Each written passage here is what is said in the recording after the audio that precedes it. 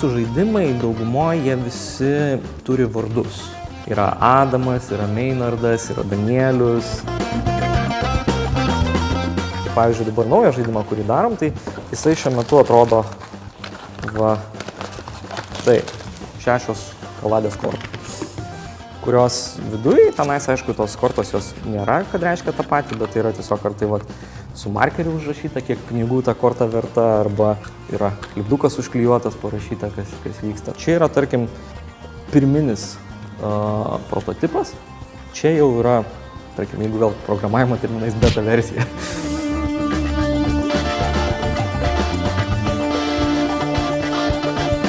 Komiksus piešti iš viso mintis kilo, tai vat yra va šitas vaizdelis. Važiavau keliu, Via Baltica ir tupėjau paukščiai ant laido pakeliai kažkur tais. Nupaišiau, įdėjau internetą, žmonėm patiko ir paskui kažkiek tai paišaliojau kurį laiką.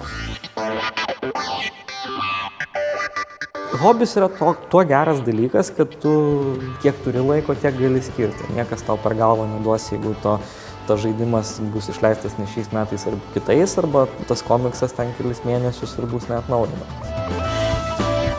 Kaip yra ta Maslow poreikių piramidė, tai ten aukštai yra saviraiška ir tie visi dalykai. Tai čia yra savęs išreiškimas. Neužtenka žmogui tiesiog kasdieną atsikelti, pavalgyti, padirbti ir nueiti miegoti.